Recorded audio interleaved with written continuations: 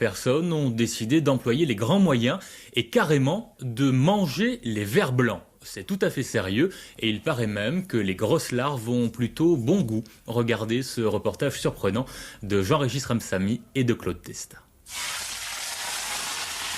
Voici une préparation culinaire extrêmement rapide à base de vers blancs.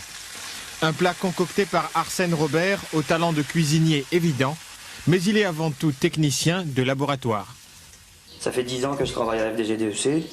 En manipulant tous les jours les vers blancs, je me suis dit pourquoi pas essayer de les faire frire et voir un petit peu ce que ça donne. La FGDEC est réputée pour son combat acharné contre le ver blanc. À force de l'étudier, Arsène Robert découvre les vertus de cet insecte. Du coup, la larve tant redoutée dans les champs de canne devient un plat de choix.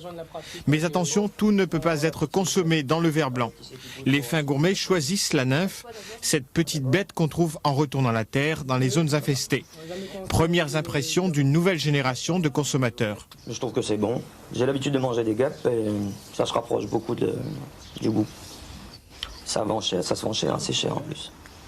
Et c'est plus très évident de les trouver, tandis que les vers blancs maintenant... Pour l'instant, c'est gratuit. Pour l'instant, c'est gratuit, il faudra en profiter justement.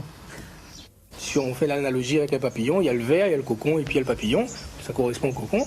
Où là, donc, il n'y a plus rien dans l'estomac, il n'y a que des graisses et des protéines. Hein. Et donc c'est ce stade-là, ce stade de nymphe, qui dure que 3 semaines et 1 mois dans l'année. Hein. D'après la FGDEC, la lutte chimique a une action immédiate sur les vers blancs.